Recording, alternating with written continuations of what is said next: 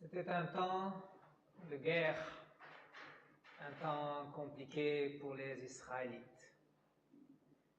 Les Syriens avaient sitié la ville de Samarie et depuis des semaines, ils empêchaient la nourriture de rentrer dans la ville. C'était un temps difficile et la famine sévissait dans le peuple d'Israël. Nous lisons dans le même chapitre des livres des rois que une tête d'âne, qui était un animal interdit pour manger, qui était un animal impur, était vendue à des sommes exorbitantes et les gens achetaient parce que c'était la seule chose qu'il y avait à manger.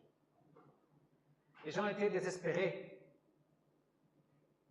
Et en dehors de la ville, il y avait 4 lépreux qui devaient vivre en dehors de la ville à cause de leur maladie. Et normalement, les lépreux mangeaient des baies sauvages, des insectes qu'ils trouvaient dans les bois. Mais là, du coup, les gens qui étaient dans la ville sortaient dans les bois pour chercher cette nourriture, et pour eux, il n'y avait plus rien. Et ils étaient complètement désespérés. Rien à manger là où ils sont. Ils ne peuvent pas rentrer dans la ville, et dans la ville, il n'y a pas non plus rien à manger. Puisque tout est perdu, allons voir l'ennemi, et s'il ne nous tue pas, peut-être que nous pourrons manger de leurs miettes. Quand ils arrivent au camp, ils trouvent qu'il est désert. Il n'y a plus personne. Les soldats sont partis grâce à un miracle que le Seigneur a accompli. Et ils rentrent dans le camp et ils voient qu'il n'y a personne et que la cuisine est allumée, que les plats sont servis. Et ils se servent, et ils mangent, et ils ramassent ce qui a de la valeur et ils le cachent quelque part dans le bois ou dans la forêt. Et c'est là, gavés, remplis, rassasiés, qu'ils se souviennent que leurs compatriotes, eux, sont en train de mourir de faim et qu'ils n'ont plus rien. Ils se souviennent de leurs frères et sœurs dans la ville, alors ils disent « Nous n'agissons pas bien. Cette journée est une journée de bonnes nouvelles. Si nous gardons le silence et que nous attendons jusqu'à la lumière du matin, nous en serons punis. Allons maintenant, allons faire un rapport au palais royal. » Cette bonne nouvelle devait être annoncée. La nourriture était là. L'ennemi n'était plus là. C'était une nouvelle qu'il fallait annoncer, qu'il ne devait pas tarder à faire connaître. Il fallait que tout le monde sache que le danger était parti et que le temps de la famine était arrivé à sa fin. Il ne pouvait plus attendre parce qu'il savait du besoin, parce qu'il savait de la condition et de la situation de ceux qui étaient aussi désespérés dans la ville. Donc ils n'ont pas pu retenir cette bonne nouvelle et ils sont allés l'annoncer au peuple de Samarie, au palais royal. Qu'est-ce qui les a motivés? Qu'est-ce qui a motivé ce partage? Eh bien, c'est le besoin des compatriotes, le besoin de ceux qui étaient désespérés comme eux. Leur vie d'enfant de Dieu les a poussés à être généreux et à agir avec bonté vers celui qui était dans le même besoin que eux. Aujourd'hui que nous voulons parler de mission, ce texte nous parle aussi. Parce que nous aussi, à cause de notre condition et à cause de notre péché, nous avons vécu comme des pécheurs en dehors de la cité de Dieu, expulsés à cause de nos péchés. Nous étions perdus et livrés à la mort, pas à cause de la famine ou du manque de nourriture, sinon à cause de cette situation spirituelle aveugle, mort spirituellement devant Dieu.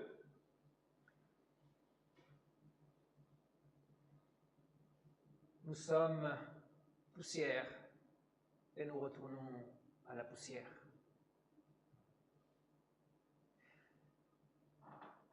cette condition humaine explique le malheur que nous vivons.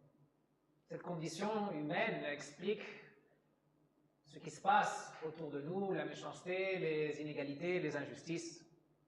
Mais le pire de tout, c'est que cette condition humaine nous condamne à être séparés de Dieu, non seulement aujourd'hui, non seulement de ses bénédictions du quotidien, sinon pour être séparés éternellement de sa présence.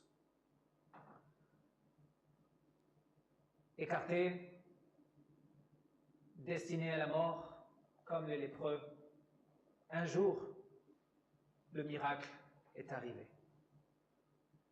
Dieu a vidé le camp des ennemis et y a laissé toute la richesse afin que nous puissions nous servir, afin que nous puissions manger jusqu'à être rassasiés, afin que nous puissions récupérer les richesses que nous avions perdues à cause de notre péché. Lorsque nous avons été baptisés, Dieu a couvert notre misère avec la richesse de la grâce en Christ. Et par sa justice, nous sommes devenus enfants de Dieu, réconciliés par la foi, enfants de l'Éternel. Nous étions des mendiants. Et tout à coup, nous avons reçu le cadeau de la richesse et d'une nourriture abondante.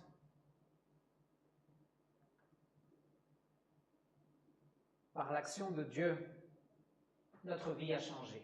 Par l'action du Saint-Esprit, notre vie est maintenant différente. Maintenant, nous sommes nourris par la parole de notre Seigneur, nous sommes nourris par ses promesses, nous sommes nourris par ses vérités, nous sommes rassasiés de la vérité et de la grâce du Christ. Nous avons le ventre plein et nous sommes joyeux à cause de ça. Nous avons la certitude d'être l'objet de l'amour de Dieu. Cet amour de Dieu nous donne l'assurance qu'il sera avec nous comme il l'a promis tous les jours jusqu'à la fin du monde. Nous avons l'assurance que sa miséricorde se renouvelle et qu'il ne changera pas d'avis à propos de nous. Nous savons que tout au long de notre vie, nous serons accompagnés et comblés de sa paix, de la joie, de l'amour et de l'espérance. Autour de nous, c'est la Samarie. Autour de nous, il y a beaucoup de personnes affamées, des personnes qui sont dans cette misère spirituelle, des personnes qui n'ont rien à manger spirituellement, des personnes qui ne trouvent pas le sens de leur vie, des personnes sans but, éloignées de Dieu, des personnes qui vont périr si leur situation ne change pas, exactement comme nous l'étions avant de connaître le Christ. Des gens qui ont faim, des mendiants comme nous, des nécessiteux de la grâce de notre Père céleste. Donc, nous étions des mendiants et nous avons trouvé cette nourriture. Nous sommes rassasiés par cette nourriture. Et il y en a d'autres qui ont cette même faim que nous avions auparavant.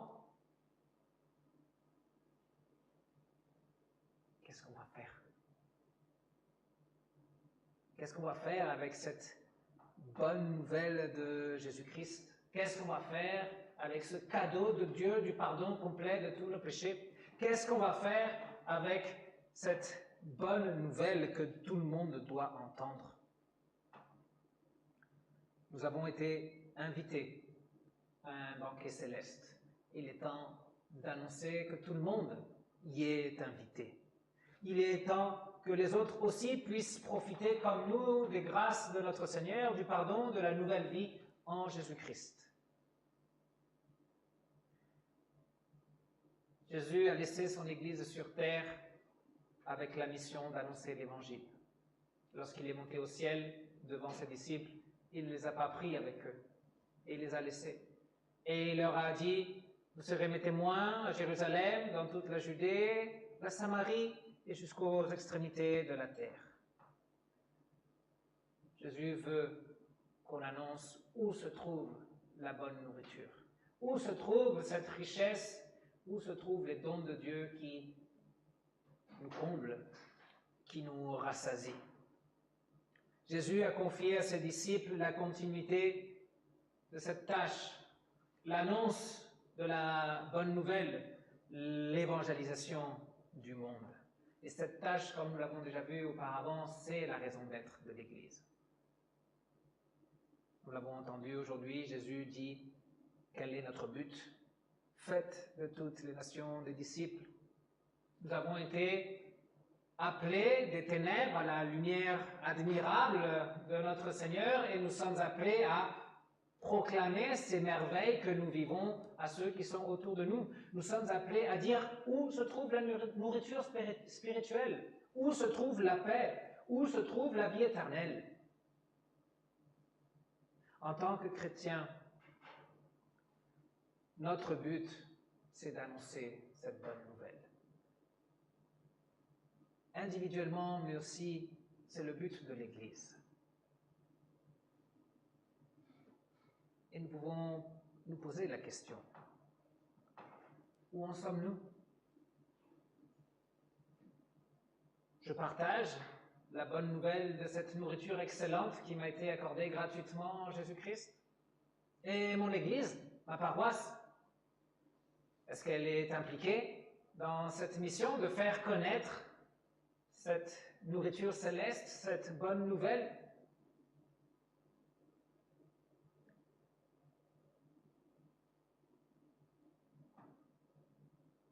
Quelqu'un a dit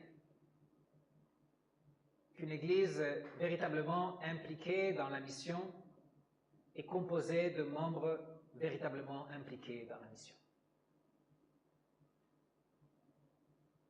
Je ne peux pas attendre que l'Église fasse l'œuvre d'évangélisation autour de nous si je ne suis pas impliqué dans cette tâche, puisque l'Église, c'est nous. L'Église, ce n'est pas une institution, ce n'est pas un autre. Nous sommes ce que Jésus a laissé sur terre, qu'il a voulu laisser sur terre, pour que nous puissions continuer cette tâche qu'il a commencée, d'annoncer la bonne nouvelle pour le salut de toute l'humanité. Il n'y a pas de formule magique. Il n'y a pas de prérequis non plus. Simplement vivre comme Jésus nous a enseigné à vivre et annoncer, parler de notre foi. Dire où se trouve la bonne nourriture. Donc, vivre conformément à l'Évangile, ça veut dire se préoccuper pour sa propre sanctification et la façon dont on vit, la façon dont on fait nos choix, la façon d'obéir aux commandements, la façon de lutter contre les tentations, les bonnes œuvres qu'on va réaliser, ce qu'on cultive à l'intérieur de nous, la paix, la douceur, la patience, la tolérance, la façon dont on côtoie notre prochain, comment on entre en relation avec notre prochain. Notre façon de vivre l'Évangile fait partie du témoignage. Et comme nous l'avons vu hier aussi dans Matthieu chapitre 5, il est dit « Afin que tous voient votre belle manière d'agir et qu'ils célèbrent la gloire de votre Père céleste. » La façon dont je vis l'Évangile montre aux autres que je suis bien nourri, que cette nourriture est bonne et que cette nourriture fait du bien.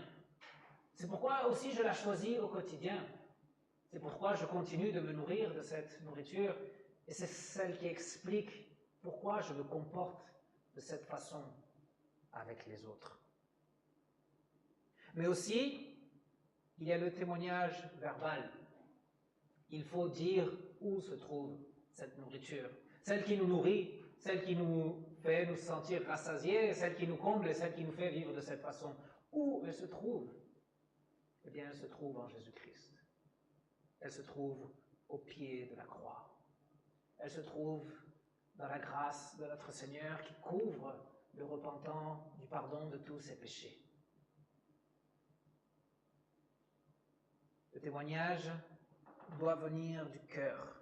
Un cœur qui, par reconnaissance, agit selon l'Évangile et qui parle de l'Évangile.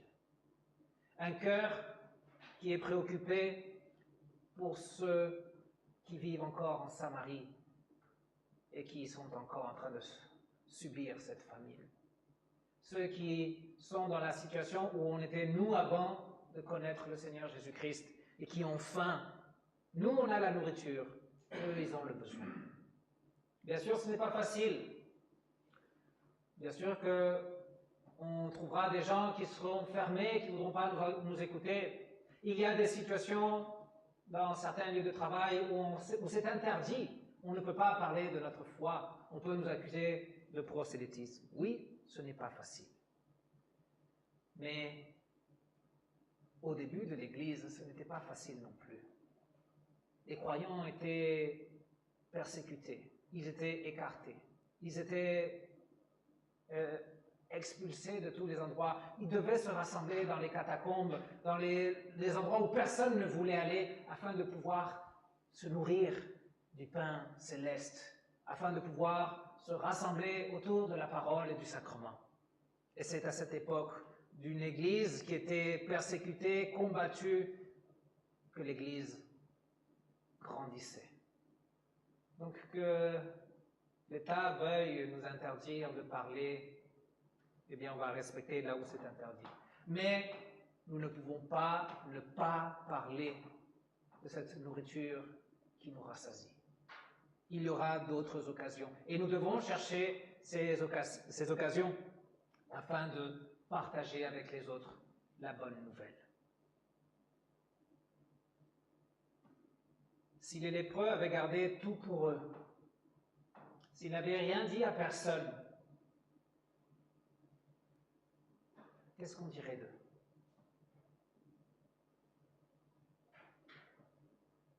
Eux-mêmes, ils avaient peur d'être condamnés si quelqu'un les découvrait. Nous avons le Christ, nous avons le pain qui vient du ciel, nous avons la nourriture spirituelle. Que penser de nous lorsqu'on ne partage pas cette nourriture avec les autres, lorsqu'on ne l'apporte pas à celui qui est affamé, à celui qui vit encore écarté et dans la misère spirituelle? Profitons du banquet. Profitons de la nourriture que notre Seigneur nous sert. Mangeons-la et rassasions-nous de cette nourriture. Faisons le plein des grâces de notre Seigneur, faisons le plein de toutes ces richesses qu'il nous accorde, faisons le plein de toutes ces bénédictions. Nourrissons notre foi dans le sacrement et recevons dans la Sainte Seine ces dons merveilleux du corps et du sang du Christ qui confirment ces promesses, qui confirment notre salut, qui confirment notre adoption en tant qu'enfant de Dieu. Remplissons-nous de tous ces dons et partageons-les. Le camp de l'ennemi est vide. Le Christ a vaincu. Et toutes les richesses sont là. Et il y a tellement de richesses qu'il y en a pour tout le monde. Et elles suffisent pour qu'il y en ait pour tout le monde et abondamment.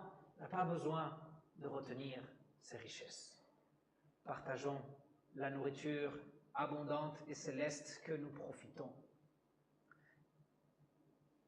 Et que ces paroles de l'apôtre Paul aux Romains puissent nous accompagner.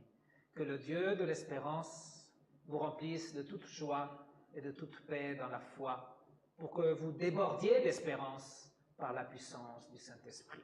Et qu'en débordant, d'autres puissent être nourris de cette même nourriture.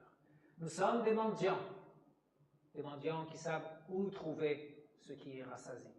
N'oublions pas de dire aux autres où se trouve cette nourriture. Amen.